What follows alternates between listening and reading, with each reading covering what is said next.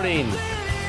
It's a Monday fun day on the Fan Sports Network. Devin, Dixon, Paulie Ratliff in for the drive. Hope you had a great weekend. Paulie, how was the weekend for you? Great.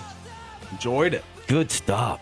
Good stuff. Good weekend. We had the World Cup final, the World Cup third place game, and we had a major championship across the pond in golf. So it was a good sports week. You had a NASCAR race, a couple other storylines. You still continue to have Jazz Summer League. Sports never sleeps, even in the dog days of summer with the World Cup every 4 years.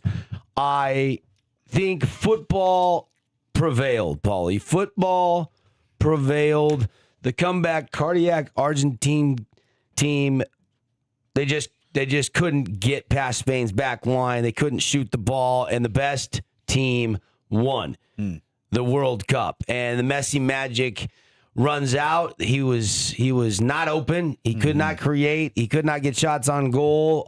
Spain's defense stymied him. Yeah. And Spain is your World Cup champs.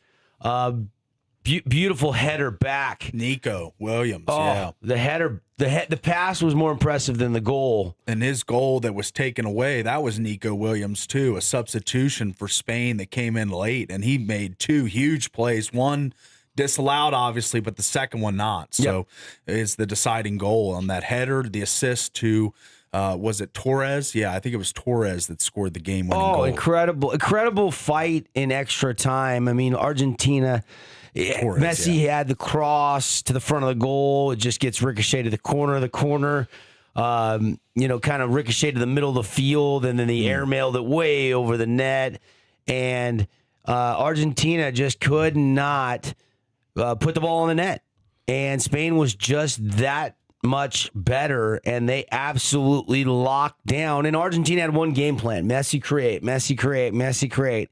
Yeah. And they didn't have a plan B. I didn't see a plan B, Paul. Did you see a plan B? The goalie for Argentina played the best game in international play I've ever seen.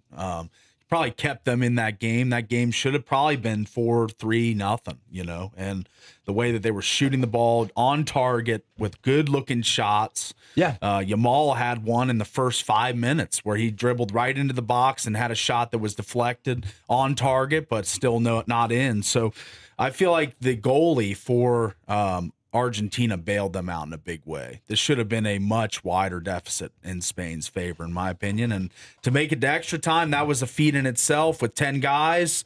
And you could tell that Argentina was playing for penalty kicks. They were just trying to expire that time without letting a goal in for Spain. But again, Torres, Nico Williams made that magical play to give them the lead and ultimately hold on for victory.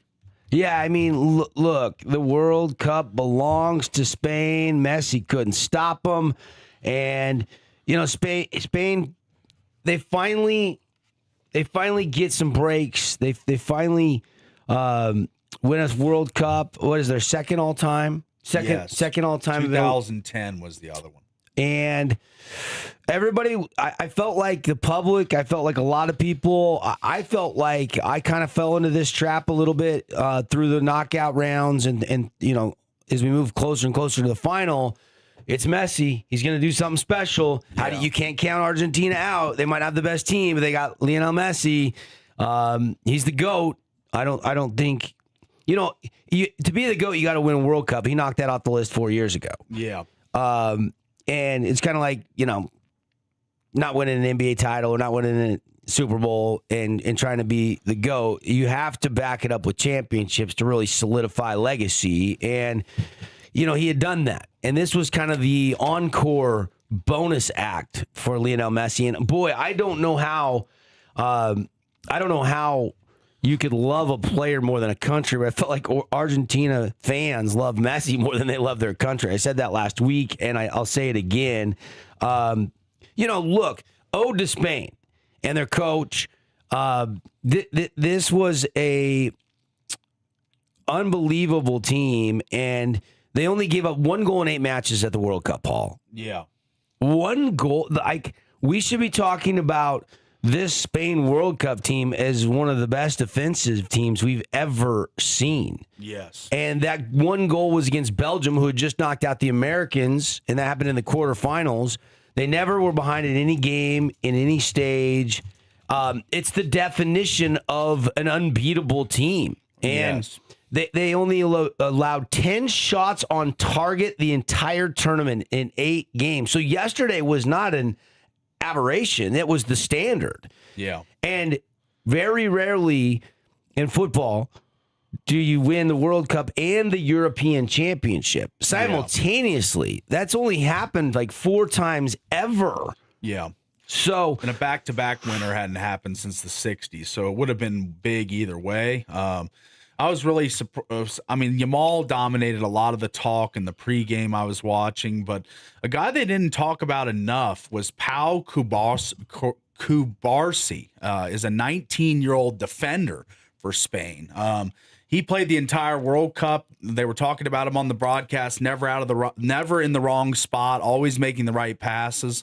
So Spain has 2 guys under the age of 20 that just won a World Cup. I mean, that's crazy to think about. And they were talking, Front Office Sports had a tweet on while speaking on Yamal. I mean, this dude was on Barca Academy kid since age 7. I mean, that's when he started playing at this high-level development stuff, was 7 years old. And we talk about the U.S. and the way our game is versus them. Most kids that are playing 7U soccer are being coached by parents, by volunteers, by people that are doing it out of the goodness of their heart for their kids. In other countries, 7-year-olds are going to some of the top development camps in the world. sure. And this dude signed a deal with a $1.05 billion buyout clause at 16. I mean, he was a billionaire at 16, and now a World Cup champion at 19. So to say that Lamine Yamal's life has been average would be the farthest thing from the truth. This dude has lived a superhero rock star lifestyle, and I know he didn't score, but he was taking a lot. It's kind of like Messi. Every time he touched the ball, there was 2 defenders allotted to him at all times. Sure. So he is even though the production, the goals, the assists maybe weren't there, he was probably the best decoy in the World Cup of any team, using their top talented player not as a shooter, not as a passer, but as a decoy to free other people up. So I was impressed by that. A fair amount of leniency, more than probably Argentina deserved from the referee in the game yesterday, and then they lost their marbles at the end. Did you watch the melee at the end? Yeah, I saw that. Unbelievable. Who was it? Enzo Fernandez, where he clipped the dude and he went flying like 20 feet in the air. And that's the card. That was the red card. Yeah, they had to play a man down, but I mean, he was upside down, clipped, certainly a foul. Look, Argentina's coach tried to stop the tension, but they fell apart at the seams. They fell apart at the seams yesterday, and Spain dominates the World Cup, and Spain should dominate all the post-tournament awards. They did. Yes. Except for the Golden Boot, Paulie. Yeah, Mbappe did win that with his 2 in the 3rd place game, which I was telling you about before the show, was way more fun to watch than this final. If you like scoring, for years I've always said I love soccer, but I wish it was like 2 points if you get a header off a corner kick. Yeah. And if you make one from 30 yards and out, it should be worth 2 points. I mean, you could spice up the scoring, and you could have like a 10-9 type of game, and you could. But the soccer purists would never go for that. Yes. But yeah, 6-4 is a lot more entertaining than 1-0 with no shots on goal until late in the game for Argentina. No question. Other than the Golden Boot, Rodri won the Golden Ball as the tournament's best player. Unai Simon won the Golden Glove for the top performance by a goalkeeper. And the guy I was talking about, Pau Cubarsí, won the Best Young Player Award, beating out fellow 19-year-old teammate Lamine Yamal. So all Messi, they got all the awards. All Messi gets his hands on is the silver ball as the World Cup's 2nd best performer. It's a consolation prize. Yeah. I don't think that he's going to race home and be ecstatic to put that on the mantle. But there was, holy cow. Did you watch the halftime show?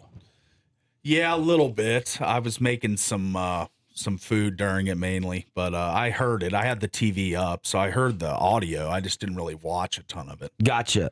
Madonna, Beaver, Shakira. Yeah, it was a star-studded cast. There's a lot of guys. 27-minute halftime show. They went for 27.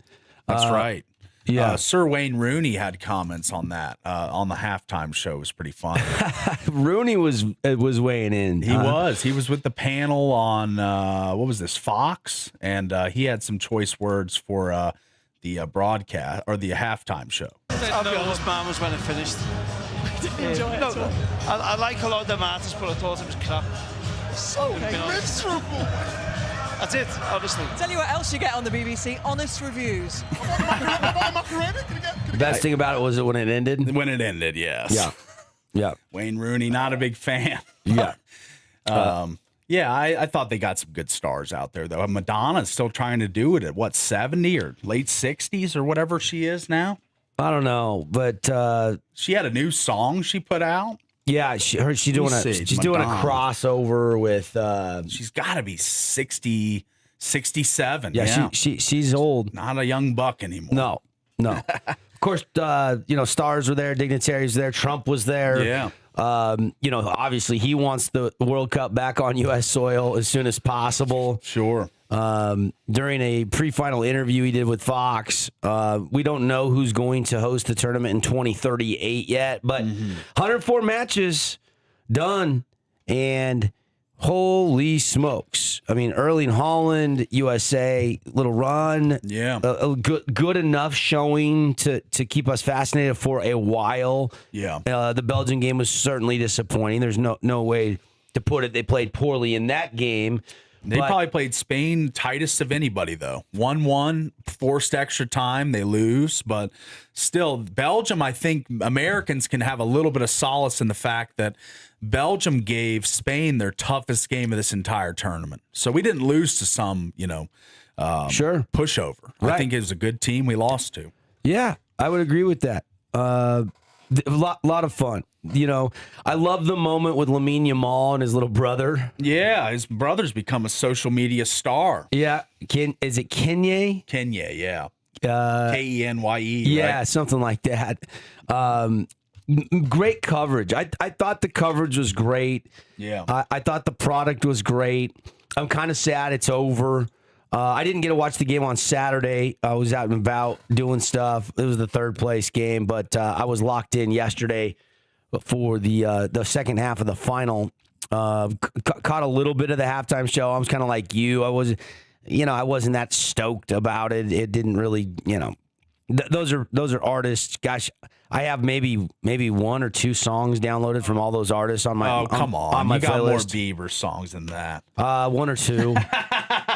You got kids. How does Madonna look the way how much work has that woman done? Yes. She does not look 67. No. Not by any means. Unbelievable. The magic of modern medicine, buddy. The World Cup was finishing up right after the Open champion. It was kind of a nice segue. It timed out really perfect to watch the end of the Open, get some lunch, and then boom, you're right into the World Cup. And how much golf did you watch over the weekend, Paulie? A good amount of the final round. I know you perk up for the majors. Yeah, the final round, I was wanting to see where Tommy finished. He was floating around 5-6 under throughout the day. He finished at 7 under, tied with, coincidentally, your boy that you crushed me for the Fleetwood pick. Well, and they finished the same position. Wow. I mean, you took him number one. I did. You took him number one. I wouldn't have been able to get him back on the snake, though. He would have been gone by then. I liked him. I liked him this week playing at his home course, but he didn't win, though. No. It's T4. Tough to win. Scotty just didn't roll it. He just didn't roll it well enough. His ball striking driver, like he played better in the final round. He shoots 67, matching his first round score. But just really couldn't turn it on. I thought the third round when he missed 6, 8, 10, 14, 15, 6 birdie putts left and right, nothing would go in the hole. You kind of felt like he'd have a little run on Sunday, was due to make some putts, and he did make a little run. Got it to 8 under momentarily. But how about the finish for Ryan Fox? Nobody was birdieing 18. 18 that drive and then that second shot were so treacherous. And Fox had some bad breaks. He had to play out of the bunker sideways, and he hit that iron into the fairway bunker at 325 down there, and had an awkward stance. Like, you're not supposed to hit an iron 325 yards, but the baked out course allowed for that. Yeah, and he sinks the winning putt to take the Claret jug. I thought it was a great way to wrap up the majors this year. But a couple of Aaron Rye went in a major this year, and Ryan Fox went in a major this year. That's how good these fields are. And I did not have Ryan Fox on my bingo card. I'm not going to lie. In fact, I was in a little golf pool, and we had about 70 people in it. Guess how many? And you could pick 6 players, drop down lists, you tier 1, 2, 3, 4, 5, 6. Guess how many out of 70 teams picked Ryan Fox? 0. One. He won. Person. He probably won, didn't he? No. Oh, wow. No. He didn't win with Fox and his money that what was it, $3 million or something? Nope. We don't do it with total. Oh, with total money. It's to par. Oh, gotcha. So winning team, you have 6 on your team. You take the 3 best scores. The winning team had Sam Burns, Scotty Scheffler, and Siwoo Kim. The 21 under. The second place team had Sam Burns, Scotty Scheffler, and Ryan Gerard or Russell Henley. They were both 5 under, so 20 under. So, and then tied for second was Ryan Fox, Tommy Fleetwood, and Ricky Fowler at 20 under. So there might have been 2 with Ryan Fox, but out of 70, only I'm a the guy couple with Ryan people. Fox. I got beef with the rules. Why? Because the earnings, he's double anybody in the entire field in earnings. Oh, yeah, it's a huge payout. It is. 3.2 million. Yeah. Even if you had Cam Young and Sam Burns, you're still, behind almost. Sure. So Sure. I don't know. I like the total money. I like to par. That's how golf is played. The lowest under par. Okay. I do. I mean, It's the first time I've heard a pool that does that. Really? Yes. Yeah, you're not very versed. I'm in not golf. deep in golf pools, but every pool I've ever been in has been earnings. Yeah, and a lot of times it is. Yeah. That's how we've done it with fantasy foursomes and things. Yeah. Yes, I actually prefer it the other way after You like playing that? it. Yeah. All right. Well, I mean, I was second. You got I took second place. The format helped you, and not the Fox people. Correct. Right? Yeah. If you wanted to do it by total money, like official money. Yeah. I believe I would have dropped down to 6th. Okay. So, yeah, I like it the other way You better. like it? 100%. 100%. That's right. But what if you had picked Fox? You probably have beef. It wasn't even on my radar. Yeah, I know. He wasn't on many people's radar. Yeah, don't think I can second guess that one. That's right. So, if you enjoyed the World Cup, Premier League's firing back up. MLS is now fired back up. It'll be interesting to see what the soccer ratings look like for the rest of the year.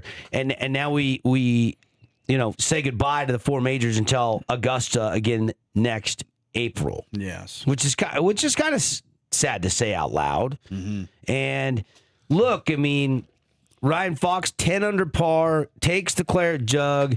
What a resilient effort. I mean, he's 39 years old, Paulie. Yeah. 39-year-old from New Zealand, never finished better than 16th in a major championship. Yeah. And somehow, he prevails. And Fox was in contention all week and played into the final group with Sam Burns, who had a 2-shot lead on him and the field entering yesterday. Yeah. But as the round kind of wore on, Fox looked like he would not catch Cam Young, who had gotten out there after a bad third round and shot a 664 that took him from a tie from 20th to the clubhouse lead. Yeah, he was hot on Sunday. And the wind kind of picked up a little bit, and the pressure kind of mounted, and Fox was chasing Young. Burns bogeyed 4, 5, and 6. Didn't get a bogey the rest of the day, but he didn't have a birdie the rest of the day from 7 on. It couldn't birdie either of the par 5s. He parred every single hole. Yeah. So, got it done, man. Just got it done on the brutal par 4 18th, which played half a stroke over par. yesterday. He hits a perfect drive to the heart of the fairway, sticks an iron from 175 yards out, and he makes a 12-footer to win it all. And he did it all while spending approximately no time over his shots. He just stepped up and hit his golf ball. He didn't like get lost in the moment. He didn't let the moment get him nervous. He just got up there, visualized, and hit the shot. And that winning birdie had to be brutal for Cam Young. Just absolutely brutal. For Sam Burns, the horror stories of Shinnecock Hills, Cam Young's been knocking on the door, and it was Ryan Fox, and boy, oh boy, oh boy. And really, Burns, it's got a sting. 2-shot lead, like I said, entering the day. Didn't make any birdies, and for the second major in a row, he misses a long putt, but a makeable putt on the last hole that would have got him into a playoff and a great chance to win. And, he's had a chance at the last 2 U.S. Opens, but boy, oh boy, oh boy. Scotty Scheffler wrapped up what will go down as a lost year of his prime. Yes. Whether that's fair or not, as he finishes T4. Yeah. Well, you expect so much. I think he gets glazed a lot. So when he struggles, people got to be able to throw dirt at him. But I don't know that T4 is struggling in this one. But I think everything is major win or bust for him when the odds are plus 500 or lower for him to win tournaments. Yeah, I think there's more expectations for him than a Sam Burns or Cam Young. He went off at plus 750, the lowest odds of any major. But this year he's been less than that for the Masters. I mean, he's 30 now. He leads. Here's what stings for Scotty. He leads the field in stroke gain tee to green. So he hit it beautifully. But if you throw back to the early days when he was the number 1 player in the world, it was his putter that held him back from victory. And I felt like the putter let him down in this tournament and really all 4 majors. Yeah. Even though the putting statistics this year on tour are better than they were a few years back when he was at the top of his game. Yeah. So could this just be another guy that people thought would be Tiger Woods or the next Tiger Woods? Rory was said to be the next Tiger Woods. Scheffler's been said to be the next Tiger Woods. Neither guy are ever going to be Tiger Woods. And I think this year shows that Tiger in his prime didn't have off years where he won no majors. Scotty has shown that he has gone an entire year, 4 majors, 0 for 4. So I think it's just time. I mean, I've got some good friends that are Tiger fans. We talked to one of them on the phone yesterday, and we talk about how there will never be another golfer at the peak of his powers as good as Tiger Woods. And yet I don't even... Do you disagree, though? I like Jack Nicklaus. Okay. He's got more majors. He does. So if you're going to go by that theory, then Tiger's not even the GOAT because Jack has more... hardware more count, majors. But who was more dominant? Tiger. Yes. Tiger. And I don't think anyone will reach I'm that just level of dominance again. And I think the galleries are getting bigger for Scotty. Every tournament I watch, he's the most beloved player because he wins. Same reason Tiger was beloved. But he's not Tiger Woods and never will be. Yeah. Well, that's my take. A lot of people... I don't think Scotty Scheffler is done winning majors, if it's any consolation. He's not done winning majors, but to go a whole year without winning one. Yeah, but that's 4 tournaments. That's right. The fields are as good as they have ever been, even despite defragmentation of the tours right now. Yeah. You got some great players on the DP World Tour. You still have a handful of tremendous players on the Live Tour. And then the PGA Tour is probably top to bottom as deep a field as ever nowadays. Like these players just keep getting better and better. And Tiger did transcends that with the workouts and the way, the body correlates to the golf course. There's not, for every John Daly nowadays, there's, 40 Tiger Woods. I was going to say 100. 100, yeah. Guys that are just, in great eating shape, right and working out, multiple times a day, recovery, spending buku dollars on their body, which is, part of the toolbox. It is for all athletes nowadays. Yeah. Everybody's spending tons of money. And Scheffler was not the favorite. Tommy Fleetwood was the prohibitive favorite at this tournament. I don't think DraftKings said that. No, I'm talking about he's in his hometown. Oh. The Tommy chants. How many times did I hear Tommy chants over there? A lot more than Scotty. I think he went off at 18 to 1. And I think that put a little pressure on Tommy. He still had a good tournament. Yeah. I think that Fleetwood finishing T4 is better than expected, whereas Scheffler finishing T4 is not what people wanted to see. You know, they wanted him in the mix. He was in the mix. He got it to 8 under down the stretch, and he could have got a birdie on 18 and got to 9. Instead, he bogeyed it. But like he was right there. But despite making nothing the whole tournament, his ball striking is that much better than everybody else tee to green. But you have to have a hot putter to win a major. Yeah. I mean, how many we saw Scotty rolling one putt over 30 feet on the weekend. One. That's bad. One in 36 holes. One. Ooh. You know, I would have thought yesterday that Bryson DeChambeau was in contention because of how much NBC showed him. Yeah. But he has that triple bogey, and he fades, and he finishes T14. Obviously, Bryson was front and center. I don't know if did you watch? You were not watching the ruling, but I'm sure you've seen the memes and seen the discourse. I heard about that. Yeah. That is a whole nother segment on its own. Yeah. Which we'll get into maybe a little bit later on in the show. Siwoo Kim led at one point. He faded. Too many lousy chips on the back nine. Yeah, he was up to 10 under at one point. Yeah. But he just blew up.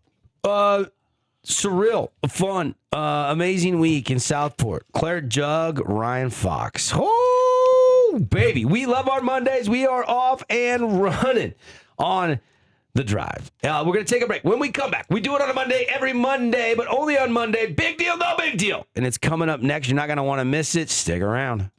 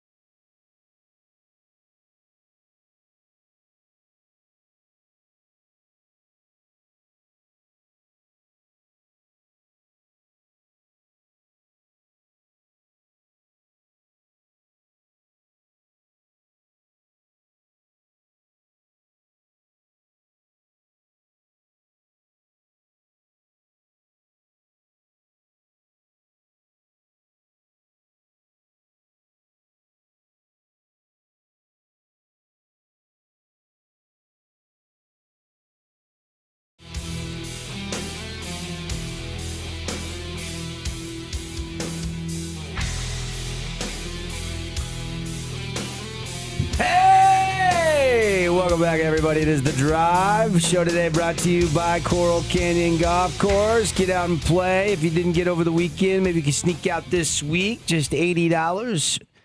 And that gets you 18 holes with the cart rental, range balls, lunch with a drink, all for just $80. That deal good the rest of July, and you can book into August as well. That deal actually good till August 30th. So if you've been wanting to get out and swing the stick, a little bit cooler. And shout out to everybody dealing with the flooding up in Beaver this morning. I know we're coming at you 1400 AM 93.1 in Cedar. So not sure how many Beaver sports listeners we have up there, but I know there's a handful. And man, the flooding there, the water is undrinkable. The tap water is undrinkable. The scars and the burn, and it all flooded down. It actually stopped traffic on the freeway yesterday. You had to take the back roads, and they had to reroute the freeway traffic around down through Minersville, and then popping down into Cedar City through Enoch. And so hopefully, I saw a helicopter. Well, I didn't. My son did. He was actually in Beaver telling me the story. They were driving, leaving the golf course. They evacuated, the golf course. They canceled the day 2. 9 holes in yesterday, got everybody off the course, and he was like, it was crazy, Dad. Like, I looked over as we were driving, and there was a helicopter literally grabbing 2 people off the roof of their house. Wow. So and I've seen some of the pictures. I was scrolling through some socials this morning. So hopefully everybody hanging in there and doing okay. Obviously a lot bigger problems than trying to win a golf tournament in Beaver this morning. So that is unfortunate to say the least, and I hope everybody's safe and doing okay as we get into our favorite segment of the week. It's debatable, but this is right up there at the top of the charts. We'd only do it on Monday, and again, brought to you by Coral Canyon Golf Course. Let's do it. The weekend's over. Shake off that hangover. How much have you had to drink, man? Oh, how much have I had to drink? What are you talking about, Willis? If you missed anything, we got you. What, is this some kind of joke? It's time for Big Deal. I'm kind of a big deal. No big deal. Nobody cares, Sean. Nobody cares. Right now. All right, we got 4. We started heavy with the soccer, so let's jump to NASCAR. Joey Logano ends the drought, wins the Windows World 450, his first win since May 2025 for Joey Logano. Big deal, no big deal. The drought is over. Yeah, he's a great driver, right? He's proved that over the course of his career. I've seen him win in Vegas. I met Joey, had Joey on the show. I've seen Joey be gracious with young fans, sign autographs. Yeah. I remember going in his hauler one time when I was down at Las Vegas Motor Speedway to cover him, and my son was with me, and he invited Boston to come up in there. And that was kind of a treat for about a 10-year-old kid, 12-year-old kid, and that was back when Joey was kind of climbing the ranks. Yeah, and I have to say big deal because he's getting older. The drivers are getting younger, and this creates playoff momentum. He's always been a clutch driver when the pressure is high. And I think this victory kind of reminds people that he is still out there, right? He is still a legitimate threat. Penske seems like they're peaking a little bit. They've found some speed at the right time of the season, which is kind of scary for the rest of the garage as we're heading towards the playoffs. And, I love it when I see a veteran out there proving he still has it, right? With Ty Gibbs and Carson Hocevar and Connor Zilic and Austin Cindric and William Byron and all these new young drivers. And now guys like Chase Elliott and Ryan Blaney that were those young drivers, they're now established veterans at this point that are still tough to deal with. Kyle Larson in that same mold. Yeah. And I feel like Joey Logano got overshadowed because Denny Hamlin is the guy that has had to throw back the clock season. So because of all those scenarios and because Joey's like, hey, remember me? I kind of feel like this is a big deal. I know it's just one win. Joey's won a lot of cup races in his career. But I'm going to categorize this one as a big deal just because he reminds everybody that he's a 2-time Cup Series champion and the playoffs are getting closer. And that's the kind of win that can give that team that garage momentum to make a championship run with Penske heating up. All right. I think it is too. He's one of my favorite guys on, used to go to the Vegas race every year and pick Joey in pools and stuff to win. I always thought he was a fast car, always a front runner. I liked him winning a race, especially in North Carolina where he's won plenty of races. That fan base out there, that stadium was packed. Yeah. Charlotte, North Wilkesboro, Carolina, big basketball, college basketball state, probably number 2 sport in North Carolina is NASCAR. So they had a big crowd out as I expected. And we're both going big deal there. All right, let's go to the next one here. This one was from Fanatics Fest.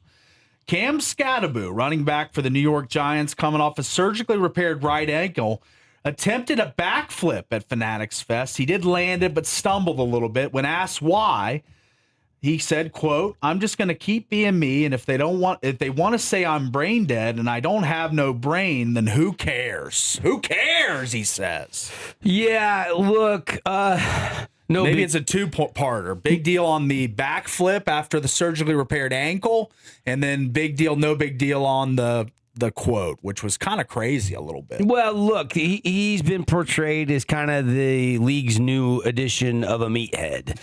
Like, he's the guy that, cranks up the AC/DC in the locker room and headbutts the locker over and over and over before kickoff to fire himself up. He puts off that type of vibe, Do you remember Owen Schmidt on the Seahawks? Fullback years ago, used to take his helmet, bang it against his head till he was bloodied in the head. Yep. That kind of reminds me of what Cam Scatterbo is at this stage. I know Schmidt, not a great NFL career, but he was known for that banging his head against the helmet pregame till he was bloodied. I don't know if Scatterbo will do that, but this is pretty stupid, you got to say. Coming off a repaired ankle, surgically repaired, and you're doing backflips like a month before the season starts? That's pretty stupid. No, it looked worse than it was. The video went viral because it was kind of awkward the way he landed. But he walked away fine. I know.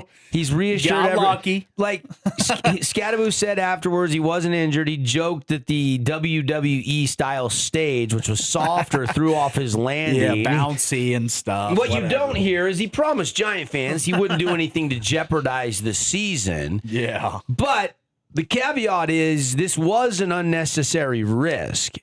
And as one of the Giants' more important young offensive players coming off a major injury, fans should probably cringe. If you're a Giant fan, you're like, ooh, Scatterbo, don't get hurt, right? In the offseason. The season's right around the corner. We're reporting soon. Yes. But I'm going to lean no big deal because everybody has their individuality. And Cam, I like his persona. I like his mindset. He's going to keep doing him just because, you're an NFL player doesn't mean you can't live your life how you want to. You're entitled to that. It's your choice. You go ahead and make it. Now, he's going to get criticized when he makes unnecessary, risky choices like this. Yeah. But I don't have any problem with it. But yeah, attempting backflip a few weeks before the season, but everything's recorded now. Who knows? There was probably NFL players doing stupid stuff like this, drunker than Scatterbo, in a way more scary situation than this was. It just wasn't captured on film. So it's not like football players have always been the best decision makers when it comes to their off-field stuff. No. And so I'm not going to go big deal on this one. All right. Well, nothing happened, so I guess you can say is it no even a big deal. botched backflip? He just kind of lands awkwardly. He still kind of lands it. He lands it, but and then he kind of stumbles and his knee kind of bends and he kind of, he kind of lifted up his sweats and showed everybody's ankle. Like, no big deal, Paulie. No, I like the bits. No big deal. But it's stupid. He's okay. He's okay. It looked worse than it was. All right, let's go to the next one here. But I understand the question because I will give you it was an unnecessary risk. All right. Well, give me that. Yeah. All right. The 6-4 madness that was the England v. France game where Mbappe had 2 goals to secure the Golden Boot for the second consecutive World Cup and become the top World Cup scorer in the history of the event.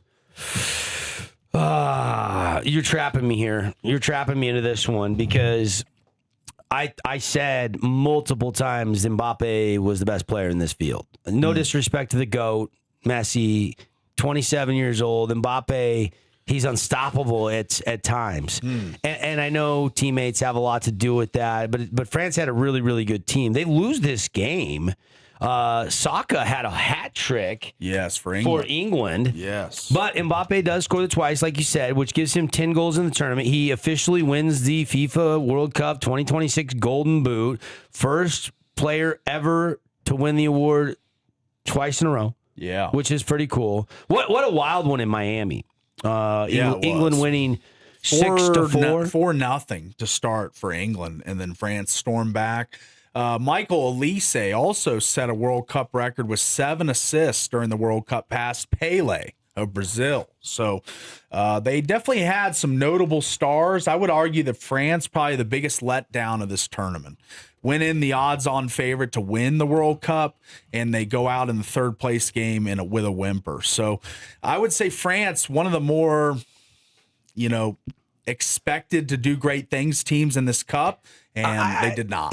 But as far as winning third place, like we talked about it Friday. It doesn't mean anything. Well, I understand. It's so hard to play that game. It is. And Harry it looked Kane like didn't England play. or Bellingham. He was a late sub. But the guys that were out there for England cared. It didn't look like the guys for France really cared till the second half started. I mean, look, instead of back-to-back losses, you go out with the high note. No one enters the World Cup hoping, I hope we can get third. Yeah. Woohoo.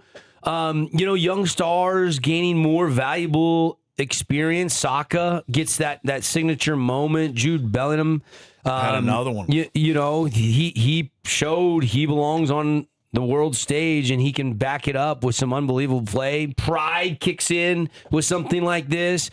But at the end of the day, I have a hard time saying, oh, it's just such a big deal. They took third. Like, I'm trying to justify it, but third place isn't why England went to the World Cup. No. But if you're going to fall short and at least bounce back and beat France, I will give them that. But I just can't bring myself to go, this is a big deal that everybody's going to be talking about this morning. You got to play the game to win. It's a nice consolation prize. They weren't prize. playing to win the game. They were just kind of walking around out there. England had so many rushes at the net in the beginning of the game where it was just the England player and the goalie. It was kind of embarrassing, the defensive effort from France. They clearly didn't want to be there and didn't want to play in this game. So, but I will go Mbappe passing Messi for the all-time goal lead is a big deal because I've heard largely from people that watch a lot of soccer outside of the World Cup, the Premier League, La Liga, Bundesliga, stuff like that Mbappe is a way better World Cup player than he is for his club team.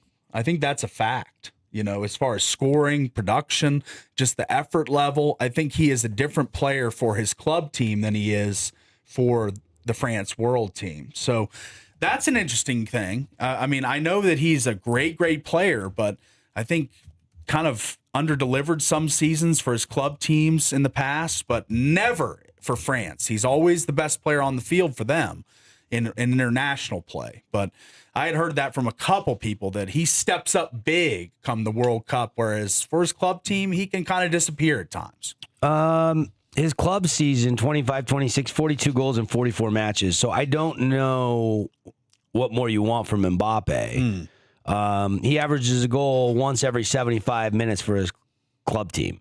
Okay. He's got a bunch of goals, and he's dangerous, right? I think he's the best one-on-one attacker out there because of how fast he is and his finishing ability. He can score with either foot, creating chances, finishing them. He's healthy. I'm seeing he played in La Liga last year, 25 goals. Yeah. But in 31 appearances. I'm 25 La Liga goals. That's one of the league's top scorers, Paulie. Yeah. What's the leader at? He's right there. He's a couple guys ahead of him is all, if I remember correctly. Yeah. But I'm saying in 25 and 26, 42 goals worldwide in 44 matches played against all competitions. Okay. So you got to, I don't know how you differentiate the 25 goals from the 42. The guy is unbelievable. I don't know what you're getting your information from. Mbappe came into this tournament as the Golden Boot winner. Mm-hmm. I mean, you're just in World Cup play. Yeah. Not in club play. Yeah, it's the biggest tournament in the world. That's right. Big time stars step up. I know he steps up in the World Cup, but I'm saying 25 goals in a season is not that great for La Liga. I don't think so. What? It's one of the top league scorers. Like this is not a basketball game. You score a lot fewer goals than you do make 3-point shots. I know. Like I don't know what you want from him. I don't know what you want from Mbappe.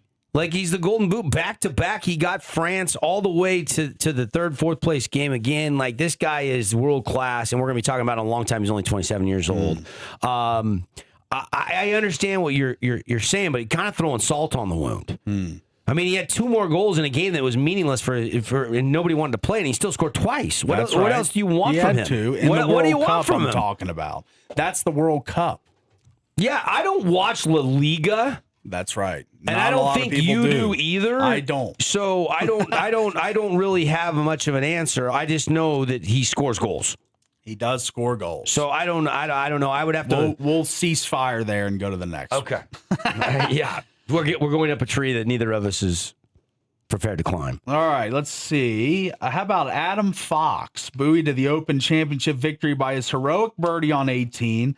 Was plus 17,500 pre-tournament to win. He joins some of the longest shots of all time, including Aaron Rye that did it this year, plus 200 or plus 2,000, right? Or what was he? He was a super long shot as well, pre-tournament. So 290 to 280 to 1 was Aaron Rye. Fox 175 to 1. So this is a big long shot. I mean, look, you just don't see finishes like that very often. I mean, this is what your dreams are made of, right? You have a chance to win a major championship, the Open, which I know the U.S. Open is our natty, but for the rest of the world, the Open Championship is the biggest major of the year. And he's a Kiwi, right? From New Zealand? Yes. And when you go through your dreams, I'm sure he's had a clutch birdie putt on the final hole to win his first major championship by 1 shot, avoiding the playoff. I mean, he delivered. Did you see how quick he hit his shots on that last hole? Yes. He didn't let the moment get to him. He just didn't really got up to the ball, much. Got his club from his caddy, and hit the ball. I mean, and he delivered under maximum pressure. Okay, I mean, the 18th at Royal Birkdale was the toughest hole all week, and he attacked it instead of playing safe. He went attack mode, sticking his approach, getting it into makeable range, and then obviously converting with the putt. And look, you've got to give Ryan Fox credit. And this is why I love golf, because these guys are so good that they can, Ryan Fox on a given day can outlast golf's biggest names. Scotty Scheffler, Tommy Fleetwood on his home course, Sam Burns, Cam Young. All these big names are right there. This is a dream ending for Ryan Fox. It really is. It's a big deal. He didn't back into this first major. He went out and got it with nerves of steel. He had to chip out of a bunker backwards and get up and down for a great bogey on the back nine. I mean, this is, you could make a movie out of this. This is the stuff golf legends are made of. He's 39 years old, man. I love this storyline. I'm going to lean big deal. Absolutely. Plus, you know I love golf. Yes, I know you do. And we're crunched up against time. We got one more here. Okay. The illustrious career of Lionel Messi, widely regarded as the greatest of all time in the sport, has probably played his final World Cup game. He leaves the World Cup as the winner in 2022. He won the Golden Ball in 2014 and 2022. He's the all-time leading scorer for Argentina. He leaves with all those accomplishments, but most likely his international career is over. Yeah, we don't know what's west. He was emotional. It was likely that this was Messi's final World Cup. Age just happens. Yeah, 4 years is undefeated against everybody. It's a big deal, and here's why. It's the end of an era. His legacy is secure, and the torch has officially been passed. And we might never see a career quite like it. He debuted in 2006, and it's been a great run for the last 20 years. Yes. I mean, like I said, I think Argentines love Messi more than their country. Yeah. I mean, if that's possible, I think it's true. The GOAT conversation continues forever, but we will miss Messi. Soccer, World Cup soccer won't be the same without him on that stage. I can honestly say that after watching him really closely the last 2 World Cups with the championship 4 years ago. But coming up short. What a way to go out, though, winning it and then almost winning it. Yeah. Incredible. Got to get to that break. Back, winding down hour 1. We got a great second hour for you. Jake Schroeder, assistant coach, Utah Tech. We're going to meet some more of the Utah Tech men's basketball players, including one familiar or 2 familiar names joining us on the show. Toby Aribi played for the team last couple seasons. You know him. And then local product out of Snow Canyon High School, Owen Mackey, I believe, is going to stop by the show. Plus a lot more when we have Jake and the boys join us about 8:20 this morning. We're back on the drive to the Findlay Hyundai studio after a quick timeout.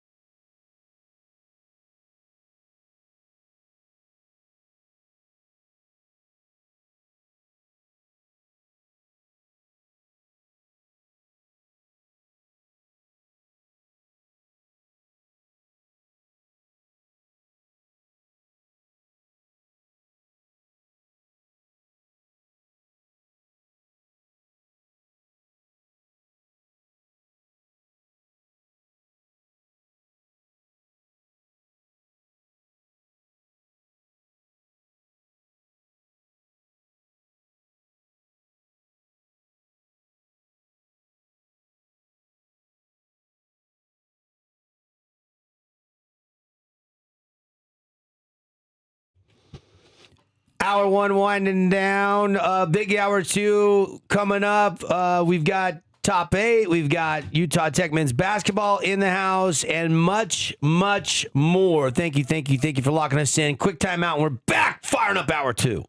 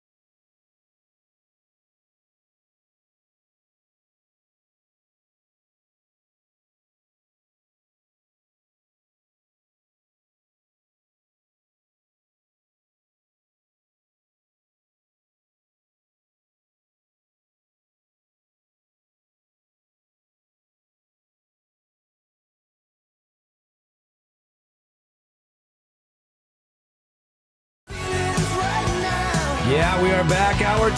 What's going on, Southern Utah? We are 8 o'clock on the button. Thanks for waking up with us here on the Fan Sports Network. Thank you. Appreciate you locking us in, loading us up on the app, on the radio, on the website, watching on our YouTube page. You can always watch the show, streaming the show. Paulie's pushing all the buttons. We are ready to rock Hour 2 on a Monday. All right. Our Monday morning edition of our Top 8 today brought to you by Game Day Men's Health, where you guys out there can get a free testosterone test. That's right. Free T-test. No strings attached. You get your results back in 15 minutes. If you're clinically low, you want to get your options. Right now, they have their lowest pricing only for 10 more days of the entire summer. Just $50 a week if you need testosterone replacement therapy. So take advantage. All you have to do is call or text 435-265-4223. I'll say that number again if you want to jot it down and text right now. The girls in Game Day's office will get back to you when they get in this morning. 435-265-4223. Just $50 a week. We also do so much more there. Everything to help men feel and look their best. Sexual performance products, weight loss plans, peptides, you name it, they do it. Game Day Men's Health. I love the man cave environment. Have you? It's been a while since you've been over to Game Day, Paulie. You were there for the grand opening, if I'm not mistaken. I was, but it's been a while. That's been a while back. Let's get to what's trending. It's time for the Top 8 at 8 on The Drive, the longest running sports talk show in town. All right, top headline, I think, is Spain is World Cup champs. Put a bow on the World Cup, Paulie. Spain 1-0 in extra time. They beat Argentina.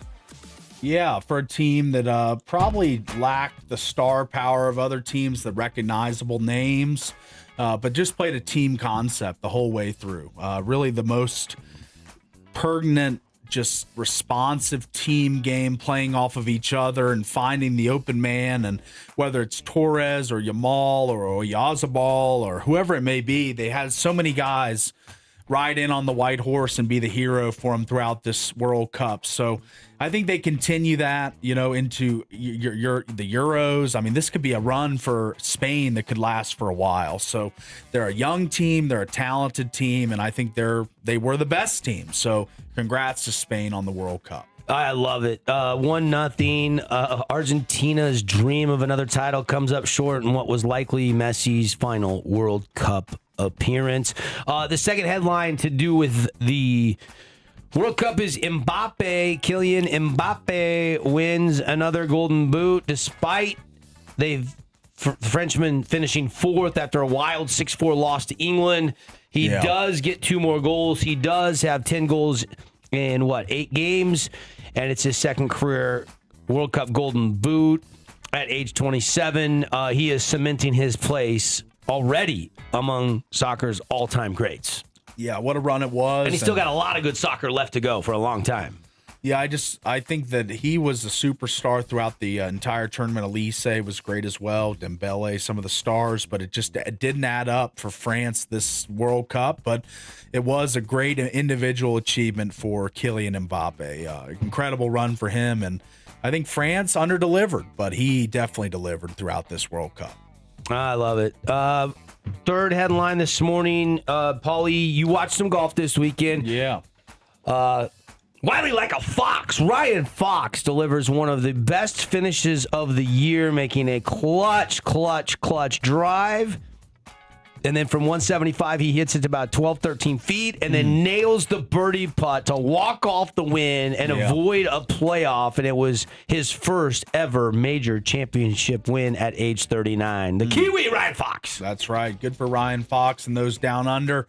As, it's good to see a guy that I had never really even heard of, Ryan Fox, come out and just go out and shoot 72, 68, 62, 68 throughout the tournament to win. So good for Ryan Fox and his $3.2 million and 750 FedEx points. And think about who he's beating. He's beating Cam Young, who's been playing great. Sam Burns, who's been right there in majors. Scotty Scheffler, the home favorite. Tommy Fleetwood. You had, other names lurking. Ryan Gerard was in the mix. Siwoo Kim got it to 10 under at one point yesterday before some bad chips kind of doomed him, but he's a world-class player. 68, 67, 67 for Siwoo through the first 3 rounds and then ended with that 72. Yeah, that hurts. That back nine got to him because he was making the turn in position to win and then had a couple miscues. Yeah.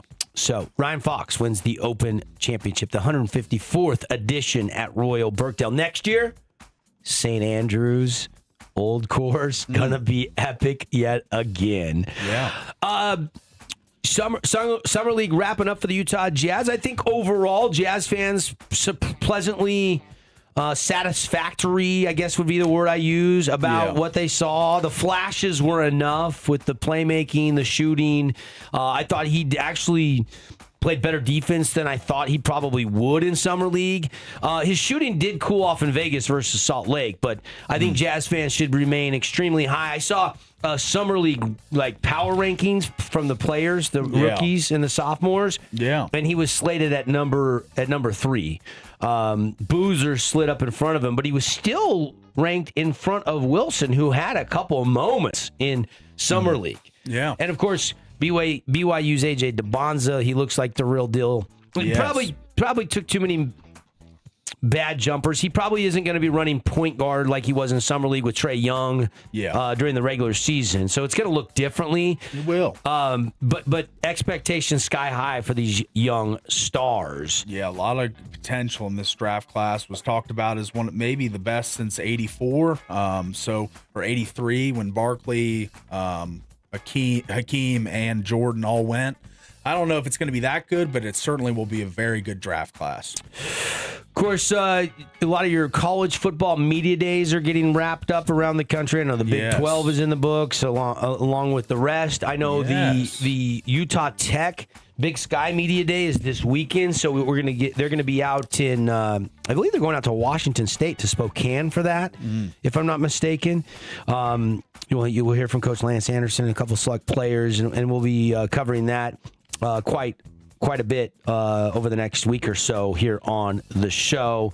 A couple other headlines. Joey Logano wins in NASCAR. He picks up the checkered flag for Team Penske. Yeah. I categorized it as valuable momentum, a valuable reminder that Logano can still, at his age, be a factor in the playoffs. And so huge win for Joey Logano in that 22 Pennzoil machine. There is one from Ross Dellinger here. Michigan is soon is the key word, to release details of the internal investigation into Sharon Moore and the situation that occurred with the mistress last year. And AD Ward Manuel will step down as athletic director at the year's end, the school says. So some of the ripple effects from that happening last year, everyone remembers the coach and the situation with the team employee. And it looks as if Ward Manuel, the current AD at Michigan, will step down at the end of the year. Yes. I did see that headline, and look. They just hired Kyle Whittingham, Manuel did. So he. It's a good hire. It's a good hire, but he won't be able to see it. So. Well, he'll see it this season. For a year. Yeah. Las Vegas will stay busy. Aces are back in action today. The WNBA schedule resumes after their All-Star break. And, of course, City wrapping up another successful NBA Summer League after nearly, 2 weeks of basketball down in Las Vegas. Yeah, good for him. My social media timeline was filled. We had Petey Soto and Tyler West on the show. Both those guys signed over the weekend with the Tigers.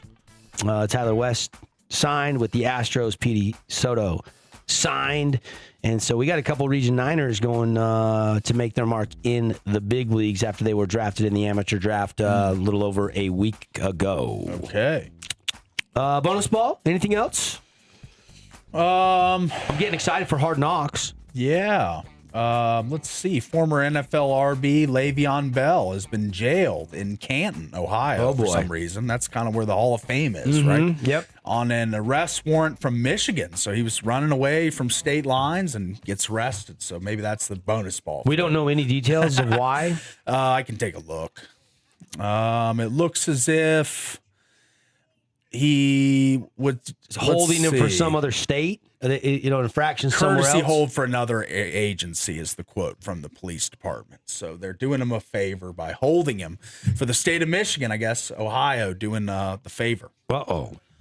Le'Veon Bell in a little bit of trouble. Yes. Let's see. I'm trying to find the reason. It's unclear why a warrant for his arrest was issued in Michigan. Is the article from Pro Football Talk. Okay. So Le'Veon not had the best post NFL life. No. He was doing boxing matches for money. I think he's probably broke. Sad. Yeah. Once a great running back, Yeah. fantasy superstar, By the PPR guy. Yeah. At one point in time. Yeah.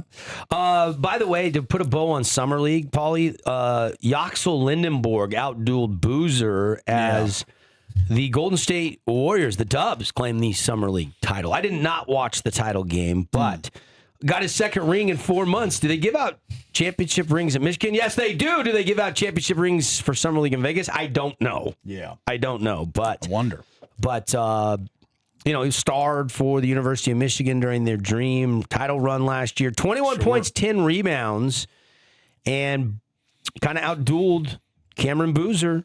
So Warriors go 5-1 in Summer League. That's their second Summer League championship. The other teams that have won Summer League championships twice in Vegas, the Kings and the Blazers.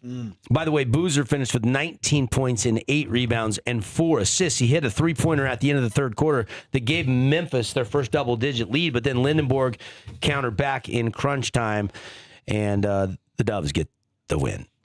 That's your top 8 at 8 in the great. And we are rolling right along in hour 2 here on the drive. We do have some guests coming in, so we're going to take a quick break. We'll come back.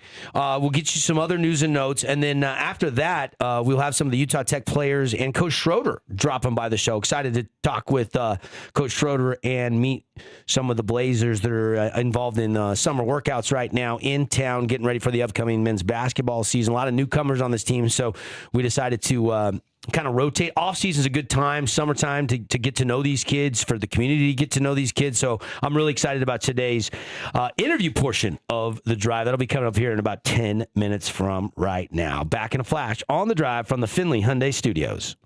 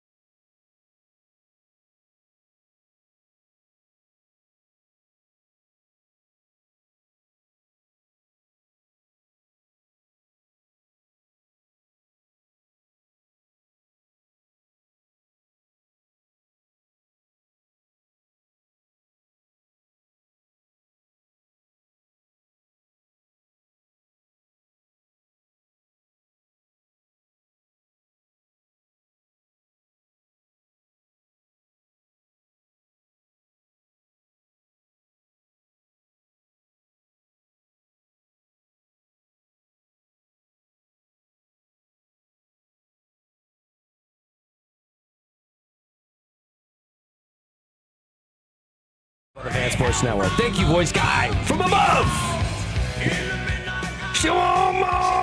I actually saw Billy at the Super Bowl. Yeah, We did. I remember that. They you did guys a little, had a like a little private show or something. Yeah, we had a little VIP area that they serve food, drinks, and I was like, okay, there's some former NFL players walking around. Patrick Willis was there for the 49ers. Nice. I was like, okay, so we got some luminaries, and then all of a sudden the stage clears and out walks a very, very old Billy Idol. But he still delivered. Rebel Yell, White Wedding, he's got some hits. Yeah, for sure. For sure. Firing us up here. We've got. All right, I got an idea. Okay, go. All right, so we're gonna play a game here before Utah Tech, the men's basketball team, arrives, and wanted to get into how big of a soccer fan are you? Oh, if boy. we have time. Do we have time?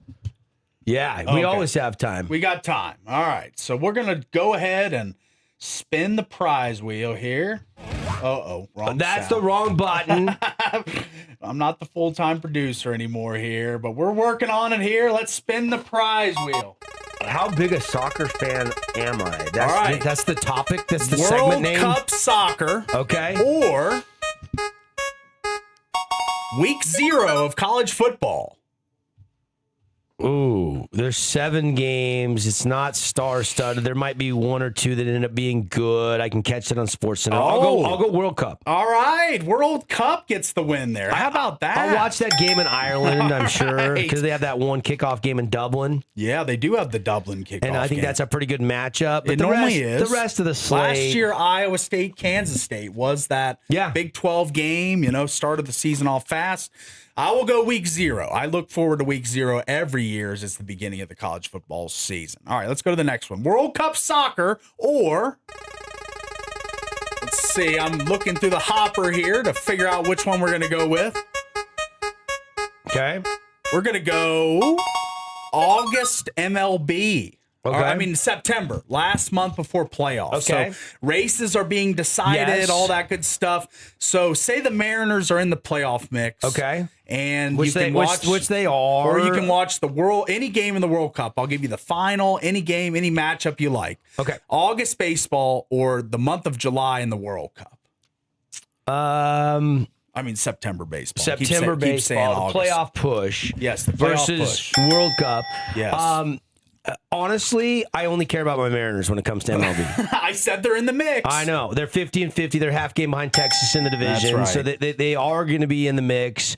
We'll see what the trade deadline delivers. But I got sucked into the World Cup, and you only get it every 4 years, right. and it's fresh on my mind. And I watched a lot more coverage than I thought I would of World Cup, and it's swaying me right now. I am going to go World Cup. All right. I just don't care if the White Sox or Guardians win the Central. Okay. Or the Twins or the Tigers or the Royals. This is the first one. The only reason I would say baseball is because of the Mariners. Like I sat down and tried to watch Dodgers Yankees. Oh, it's tough. And even with the pitch clock and everything, I can't watch a full 9 innings unless I'm at the game. I ended up putting Hawk on last night and watching the new Will Ferrell. Yes. You know, I watched like four or 5 episodes of Hawk on Netflix last night with my wife about the 4th or 5th inning. So, yeah, I'm going to go World Cup. All right. By the way, Hawk. Oh, wrong one. What was that? I'm looking for a snoring. There we go. Yeah, there's a snoring, right? That is the weirdest snoring sound effect I've ever heard. I'm not going to lie. Well, I'm out on baseball in September. You are. Yeah, this is the first one I'm going to go World Cup. I like the World Cup as far as the quantity of games, the times they're played, like one in the day. Like, it's amazing. So I'm going to go World Cup over September baseball. All right, let's go to the last one here as we've got some guests arriving shortly, I believe. So we'll go one more, and I'm going to go World Cup soccer. And this one will be the hardest one so far to decide with the these World are so Cup. tough. All right. Opening day of the NFL. Opening day. First Sunday. Yeah. NFL. All right. NFL. All right. So you're NFL. going NFL. I'm an NFL guy, man. All right. I'm more of a college guy, so but I'd still go NFL. here. I will turn on the red zone. I will watch my Seahawks. I'll jump back to red zone in the commercial timeouts of my Seahawks game. I'll watch the mid-morning game. I'll watch the afternoon game. I will lock in for Sunday Night Football. Okay. You got Thursday. You got Wednesday, Thursday. Remember, Seattle is kicking off the season on a Wednesday this year. Mm-hmm.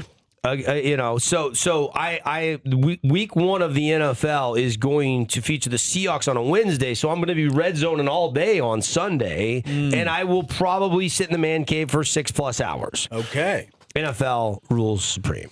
All right, last one, bonus ball. World Cup or Okay. This is tough because World Cup was great this year. was The great. best- That's why we best play ever. the game. World Cup or the NHL playoffs. Oh, are the Knights in the playoffs? They're in the playoffs as they've been in every year except for one. Are they in the Stanley Cup Finals? Well, you get the playoffs. I'll just say you start from round one. Okay. And how far they go is up to how good your team is. Yeah, because look, Because the U.S. lost in the World Cup, I you still watched. I watched a lot of playoff hockey. Yeah. but every Knights game in its entirety, the whole playoffs. Yes. And then as it got thinner and thinner, I watched a lot of the other games. First round, I probably didn't see every series, but I saw a game in every series. Yeah. I've become a big hockey fan, as you know. This is very difficult. The NFL was easy. The first three were really easy for me. This one, I'm struggling to make a decision. I'm going to go NHL playoffs All right. slightly. Nice, Slightly. good pick. Yeah, I mean, it's I'm with every you. 4 years. It right? is, and you get the NHL If playoffs it was every year. summer, I think it dilutes it, but because it's every 4 years, the World Cup is fascinating. But I get the NHL playoffs, and the Knights are always in the playoffs every year, so that's going to be kind of the deciding factor. Every other day, you got a game. It's a great schedule. All Good right. stuff. The wheel of Would You Rather. We got to take a break. When we come back, Jake Schroeder, Utah Tech assistant coach under John Judkins. You got some players, and we're going to have some fun, get to know the guys, talk about how camp's going so far, summer workouts. When we come back, don't touch that. Mackey's going to be joining us on the program. Just got back from his mission. You probably saw him play at Snow Canyon High School if you follow local sports. We'll take the break, and on the other side, Utah Tech men's hoops in the house on a Monday.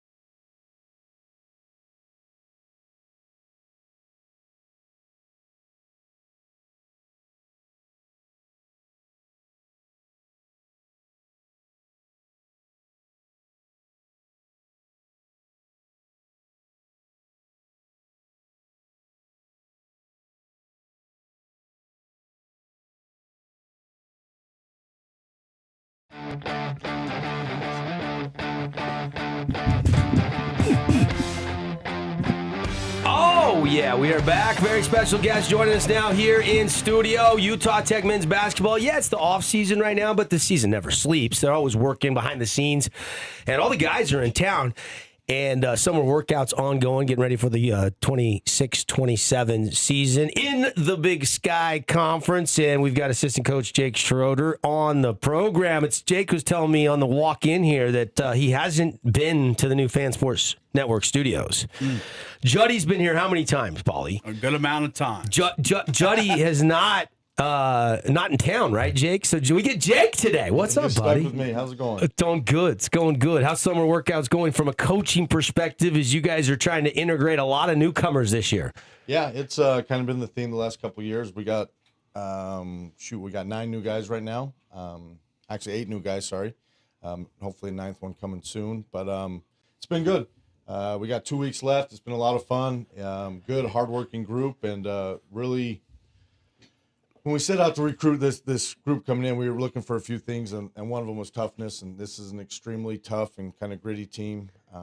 As for now, we'll see as the season keeps going on. But they're tough, hard nosed, and they're fun to coach. Yeah, I mean, it's the new era of college basketball. There's not just Utah Tech, but a lot of programs that are turning over the roster and a lot of changes year to year with the portal and everything. Do you feel like you got it streamlined now, Jake, that it's a little easier this offseason than it was, the season before that when you're trying to replace, so many players that are going to that next opportunity? I'm not sure if I'd say we'd have it streamlined or anything like that, but I think we do know exactly what we're really looking for when we look at finding a good balance of freshmen and guys out of the portal and junior college guys. And obviously we know who we are, and we can't go out and outbid Utah or BYU for guys, but we can find the right guys that have the right mentality that want to kind of prove something. And we've had a lot of success with that, and we'd love to keep them for 2 or 3 years, but we understand who we are and where we're at, and it's a great opportunity for guys to come in and really kind of build their confidence and also build their value. And one of the fertile recruiting grounds for you guys via the JUCO ranks has been Snow College. You've gotten a lot of great players from Snow College to come down the freeway to Utah Tech. Yeah, we've been really fortunate with a lot of guys from Ephraim that we've gotten, and we had a great connection with Coach May. Obviously, he coached here, and he knows the great opportunities that Utah Tech provides, and so we've been real fortunate to have a lot of good players come from there, and we got some good ones this year that we're really excited about also. Back to the Big Sky. You played in the Big Sky. Long time ago. Oh, come on now. Long time ago and a few All right, many moons ago, Jake Schroeder actually picked up a basketball in college and played at Portland State. They're in the conference. Are you going to have a little – I know the players have changed, and that was a while ago, but there's some familiarity with the Big Sky. Obviously, we played big schools, on occasion previously, but what's the excitement level on campus from the players, from the coaching staff as of July 1st official? We're now in the Big Sky. I think there's a lot of excitement. The WAC was a great conference. I can really only speak to basketball. Great teams, great talent, some really fun facilities to play at, but I'm a little biased to the Big Sky. I think the thing I like most about the Big Sky is it hasn't changed much since I was there in 2005, 2006. Same schools for the most part. Same schools. Northern Colorado's added. Sac State dropped. But other than that, and SU's in. I mean, it's very rare conference. In the era of conference realignment that we've seen so many teams shuffling their seats everywhere trying to find a place. So it's a cool one. It's a really fun. Like I said, I've never been to Northern Colorado. I don't know what that's like, but I heard they got a great home court advantage. It's Greeley, man. Yeah, it's Greeley. But yeah, you'll find a diner you like the food at, I'm sure. Yeah, we'll find something. Yeah. But no, the Montana State, those are some of the funnest venues to play at, and that's the main show in town, and everybody's going to show out, and great tradition in that league, and so we're real excited to just be a part of it. Let's bring in the players here in a minute. We'll circle back to Coach Jake Schroeder here, hanging out with some Utah Tech. We got 3 players in studio. Actually, today we have the most returners in studio of any segment. We've been meeting the team kind of through the summer here. This is our 3rd interview opportunity with the players, and we got 2 of the 3 are back, and then we got 1 newcomer. Dallin Grant, Toby Uribe are back. DG, what's the offseason been like for you, and what's your assessment of some of the new recruits, so to speak, as you've gotten in the gym now for the last month working out with your new teammates? It's been a been a really fun off season. It's been really fun getting to know a lot of the guys, and especially the new guys coming in. I'd say this group, this year, I feel like, despite having a few more of the younger guys, a few more freshmen on this team, this group brings a lot of maturity and selflessness that's been fun to play with so far in this season, and I'm looking forward to continuing that as the year goes on. Tell me about the exit interviews. Like, do you guys do those when you finish up the season? And what was that conversation with Coach Schroeder and Tony and Juddy and everybody like for you? Is there certain things they wanted to see you put some extra time in the off season? And if so, can you share what you've been working on? I think the conversations in those interviews, first of all, I mean, with the portal. They're always checking, like, hey, like, you coming back? Yeah, you coming back? That's the first thing they ask. And then after that, then you kind of go into more of like what you can work on, and like kind of where they see a little bit more of your role, at least your role in the court the next year, and the things that you can work on to get there. And so, this year I've just really been working on, playing more confidently and just doing my best to do things that'll affect winning. Our Cedar listeners, you probably have some good memories from this guy in high school when he was playing up there and winning a bunch of games. You guys won a state championship. Was that your junior or your senior year? My senior year. It was your senior year. I think it was out in Richfield, if I'm not mistaken. You guys beat Desert Hills for the state championship. Where does that rank on some of your great sports memories? A high school state championship now that you've been to Utah State and now you're going into your third season here at Tech. Man, that's I'd have to say it's right up there in the top 3 for sure, maybe even number 1. Yeah. It was definitely one of my, one of the highlights of my basketball career so far. I've had a lot of good, a lot of highlights throughout my college career as well, but that, high school, that's my hometown. Your boys growing up with, of yeah, course. my boys growing up with that I've been playing with since like 3rd grade. Sure. It's always good to get it done there, and that's definitely a fond memory that I'll always look back to. Well, let's bring in, that's down ground. Let's bring in Toby for a second, then we'll get to Owen Mackey in just a minute. But Toby, I didn't know if you were going to be back or not, man. You kind of nerve-wracking off season, like you got another year eligibility, and here we go, rolling it back with the Blazers. Yeah, I do. Initially, because I didn't know if I was going to come back or whatnot with everything, but I had a discussion with Coach Jake. I've been calling Coach Jake off season, like, throughout the entire time when we're on our break. Just talking to him on, like, what I should do, and he just gave me his honest opinion, and I decided on, like, you know what, I want to come back and play one more year. Yeah. How excited were you guys to get him back for another season? I mean, experience is priceless, and especially a guy in your program. I mean, we were looking at a lot of different things, and Toby's kind of got a unique situation with his international visa and stuff like that, and so we don't offer an MBA. And so he was looking to go do that. So he kind of entered the portal first. And then, Toby loves it here. And he'll tell you he's met some great people here that really love him. And we are extremely glad he's coming back. And he's going to be a big part of what we're trying to do this year. Toby, since you kind of have been around the program for a while, you and Dallin, what do you make of all the newcomers this year? It's summer workouts. It looks like we got some shooting, we got some size. Looks like the coaching staff have assembled what could be a very dangerous roster as we go into the Big Sky Conference. Yeah, for sure. I agree with that statement you just said. Like, it's been, like, this set of guys, like Coach Jake said earlier, they've been, like, hungry guys. Like, you can tell, like, these guys come in, like, and Dallas said it earlier, like, they're freshmen, but they don't look like freshmen. They look like people who have been in the sport, like, for a long time, and they know what they want and everything. And practice has always been fun with these guys. Trust me. You should come watch practice. Why? It's always been fun with these guys, playing with these guys.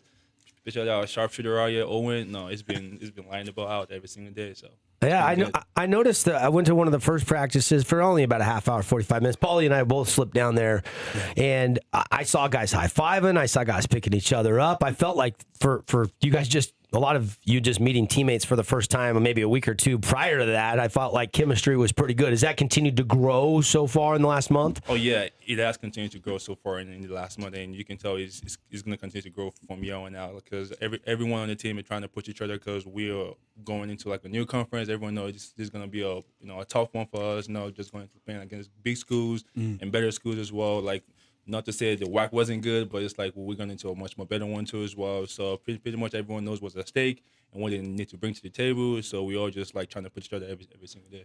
Toby, I've always felt that you are a great rim protector, rebounder, blocking shots.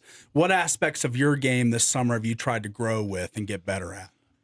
With my discussions with the coaches and everything, it was just more of like your hunger again. Because initially when I first came here, I had that, and the coach was like, "Oh, last year you were a little relaxed on it."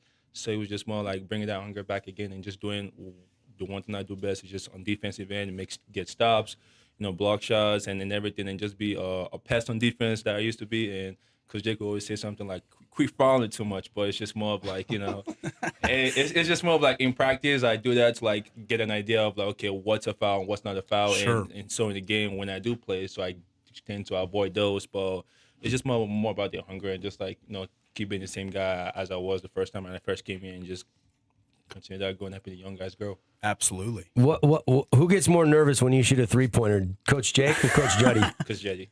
Coach Jake doesn't care. Coach Jake is like, you gotta shoot that. Coach Jake is gonna tell me shoot that. But Juddy would definitely get nervous sometimes, but Coach Jake doesn't really. It's just more like we worked on those shots. Especially if I didn't work on Coach Jake on some shots, yeah, you might get nervous.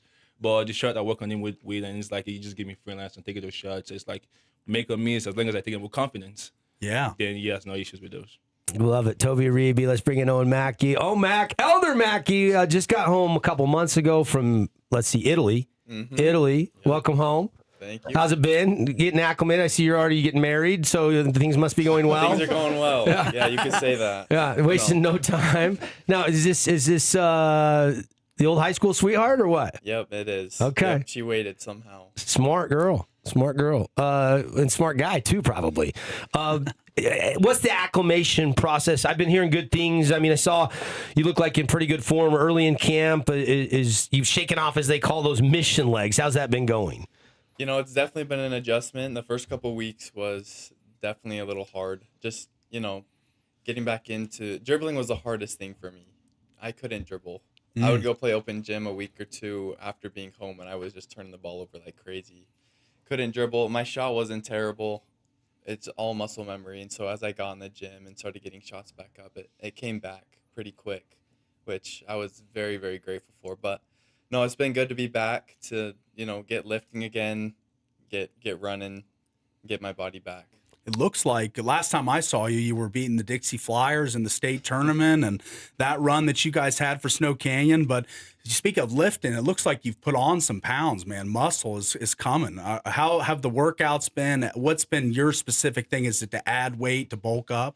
Yeah, I figured going into college basketball, it's a new game. I got to, be stronger. I got to be faster. And so right when I got home, I reached out to one of our good family friends who started putting me through some pretty intense workouts, and I put on about 8 to 10 pounds just in a couple weeks from being home. So wow, that was good. That's awesome. Summer to me is about obviously, bonding. It's about, creating the culture with the new group. It's not easy to do. You got all these different personalities from all different walks of life. A lot of guys coming in from, different cultures, different cities, all those things. When you assessed it the first day in camp, what was your excitement level with this group, Omac? Oh, I was hyped. I was so excited. There's so many good dudes on this team, just like on and off the court. They got good personalities. They're just good people. And so being able to play with them, get to know them better has been a lot of fun. What's the biggest thing you're putting time in on the side on your game right now? Are you getting the old goggles out and so you can't look down at the ball? What do they call those? The Nike strobes or whatever?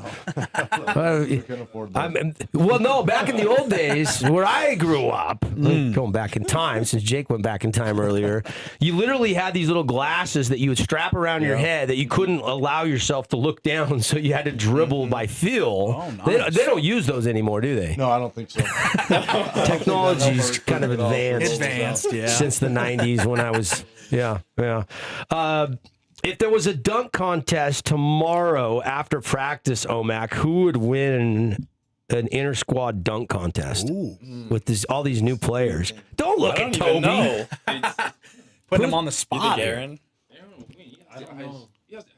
Help him out, DG. I don't know if he's got like the Just the skills. Okay. like the between the legs or maybe like Preston. because I've talked to him about that before. Maybe He's- Preston. Who are we talking about? Is this Bliss, the Aaron big Bliss. fella? Yeah. he can jump really high. Okay. But I mean, I'll probably say Preston.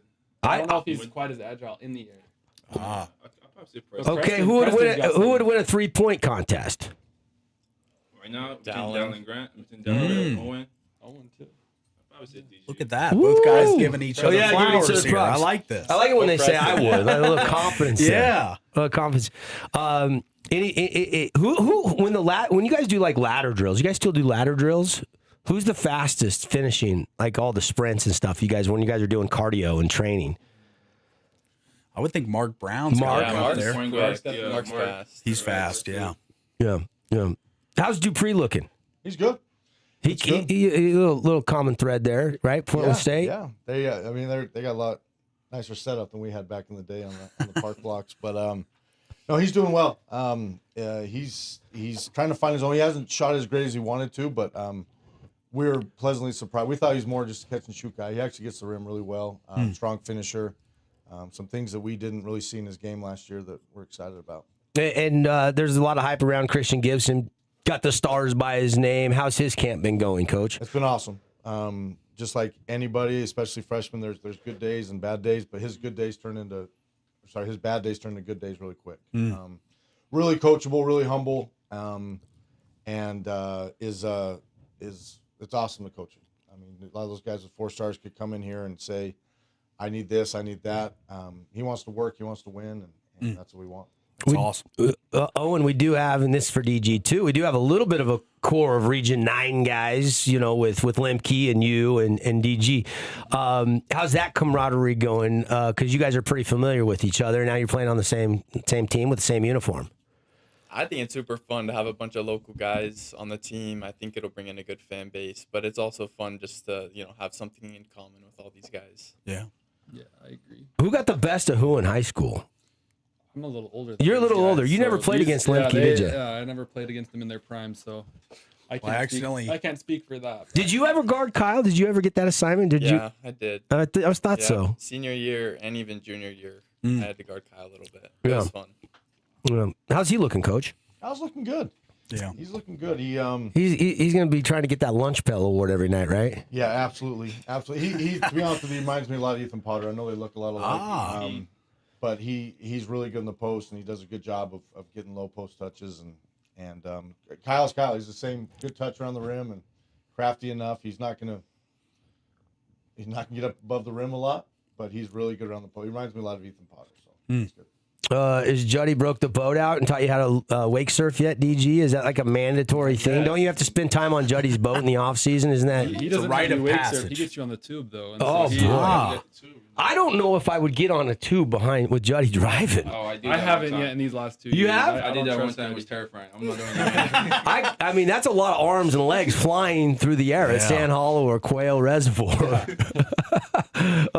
What else do you guys have planned for? What do we got? A couple weeks left, Jake? Yeah, we got 2 weeks left. We finish next Friday. 10 hours a week is or We get 8 hours a week. 8 hours a but week. now this year we can split it up however we want. So we can do all practice, we can do weights, but we get 8 hours however we want to break it up. And What are you doing? 8 and 2, 6 and about 4, 6 and 2. 6 and 2. Yeah, and we're just trying to really get after it in the weight room and make that as efficient as possible so we can spend more time on the court. Love it. What? You guys going to finish with inter squad or anything? Is that the We've plan? been Or? playing quite a bit. We've been getting up and down quite a bit. We only have 10 guys right now.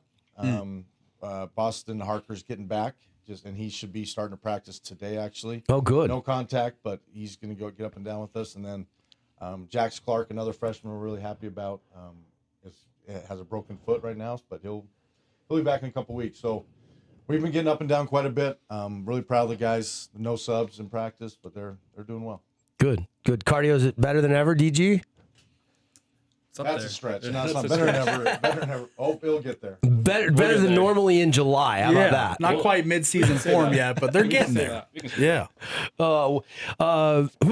Who's Juddy ranting and raving at in summer workouts? Is it a lighter John Judkins in practice? Is he in a jovial mood, or is he still as intense as ever? Is he doing the foot stomp at all down? No, we haven't seen the foot stomp. No It'll foot come stomp out in till summer? November, the foot stomp will come out. No, I do know he's really happy with this team. they do what he asked them to do. They work extremely hard and they're physical and they want to come in and get better. And there's not a lot of there's a lot of humility on this team, which is kind of nice and rare to find. So we're just trying to enjoy this as much as possible right now. Good stuff. Getting to know some of the newcomers here, and today a couple of the guys that you probably are familiar with: Toby Arivi, Dallin Grant, and Owen Mackey. You probably should know all these guys because two of them were former Region Niners, and Toby's been around for this is your third season here at Utah Tech. Jake, thanks for bringing the guys in. We'll let you guys get to practice, and we'll take a break. Come back, big finish here on a Monday. Assistant coach Jake Schroeder, Dallin Grant, Owen Mackey, and Toby Arivi live on the Drive.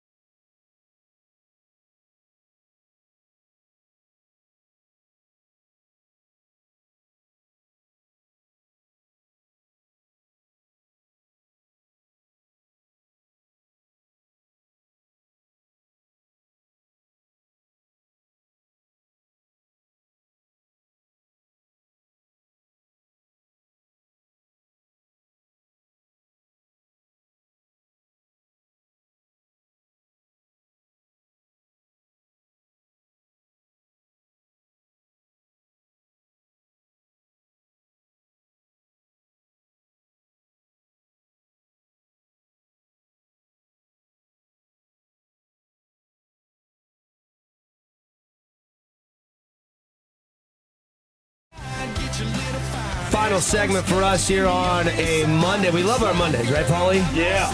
Why do we love Mondays so much? A lot of people dread Mondays.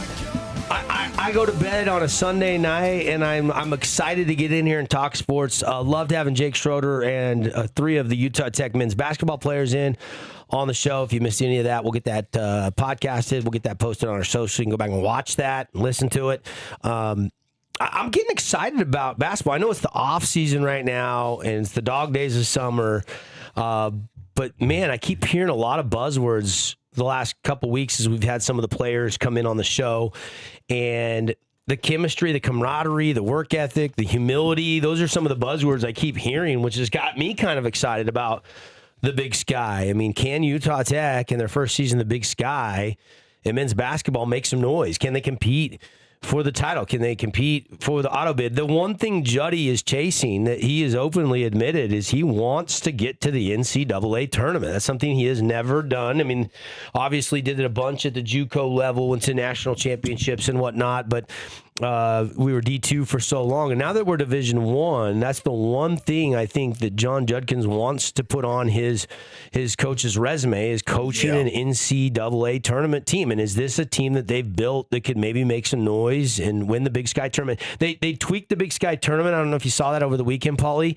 They're going to have the 10 and 11 seeds play to see who gets to play the 9 seed. So everybody is, even if you finish last in the Big Sky men's and women's basketball conference, you're going to have at least a play-in game and an opportunity to get to the Big Sky conference tournament. So everybody gets a shot, which you love. You love an opportunity. Obviously, it will help if they got a top 3 seed going into that Big Sky tournament. Of course, we got a new coach of the women's team. Hearing good things. They've been out recruiting. We got to get Coach on the show. You and I were down at the introductory press conference. That was a lot of fun with Coach Wardenberg, and he's been building the staff, building the roster, and obviously we got to get Lance Anderson on the show real soon because we are knocking on the door of football season and that gauntlet for Utah Tech football right out of the gate. Montana State, the defending natty champs, at Greater Zion Stadium. Yeah. And then 2 BYU, and then 2 Washington Grizzly Stadium, which is tailgate mecca of the state of Montana. That is a tough first 3-game stretch for Utah Tech on the football schedule. Yes, this year. Is very tough. So today we spent a lot of time first hour World Cup Spain champs, Mbappe, Golden Boot, Messi comes up short. Rodri, the golden ball. Ball. Yeah. Yep. Then of course we talked Ryan Fox. Clutch as it comes in a major championship. We had to birdie the final 72nd hole, which has been playing difficult, and pipes the drive, pipes the iron, and makes the putt like it was just routine as ever. But there had to have been a lot of pressure on Ryan Fox as he gets past Sam Burns and Siwoo Kim and Scotty Scheffler and Cam Young and the rest of the field. Tommy Fleetwood, the hometown hero that grew up 10, 15 minutes from Royal Birkdale. So we spent some time talking about that. We didn't even get into the Bryson DeChambeau ruling. And I don't know that I have time here before the end of the show. I will say this. I was watching it live in the studio when it happened on Hole 5 on Friday, and I didn't think anything of it when I was watching him punch out of the long stuff. And then when you go back and you watch it, you could see where the RNA came up and said, no, you improved your lie. You stepped on the line of your ball, that matted some weeds down, and it affected the lie. So your club on the takeaway didn't get caught in that long 4-foot grass, that wispy grass. So I think it was a little bit of a showmanship for Bryson, the way it all played out. I think about 5% of the fans were heckling him and booing him, but most of the fans the rest of the weekend were cheering for DeChambeau. Yeah. He seems poised. A lot of people have different opinions about Bryson DeChambeau. I've told a story about him taking his hat off his head and signing an autograph for my son, and then telling all these other kids that said, Bryson, we want a signed hat. This was down at the Shriners in Vegas, and he went into the locker room, came back out with a roll of Puma hats and signed them all for those kids, and those kids were all waiting for him, and he made a fan out of me, and I haven't changed that stance with that ruling. Could he have handled it better? Probably. Did he feel like he did intentional? No. Do I think he did it intentional? I don't think so. Yeah. I don't think so. tomorrow on the program, the new Hurricane Tiger skipper of their baseball program, Coach Hickson's going to be by the show. Nice. At about That'll be 8:30. cool. Just got hired a little over a week ago, so we're going to have him on the program tomorrow, so that'll be fun. He'll be our guest tomorrow, and then we'll break it all down for you. We'll be back better than ever. Paulie, rate the show today. Oh, yeah. World Cup talk. I liked it. Mondays are always fun. Jake brought the boys in. That was fun. So, yeah, I'll go 9-5. 9-5. Yeah, it was good to see Dallin Grant, Owen Mackey, Toby Reeby, and Coach Schroeder moments ago on the program. And that's going to do it for Prime IV, Game Day Min-Selt, our friends at Coral Canyon, Zag from the Finley Hyundai Studios. This has been The Drive. You guys have a great Monday. We'll see you back here tomorrow on the Fan Sports Network.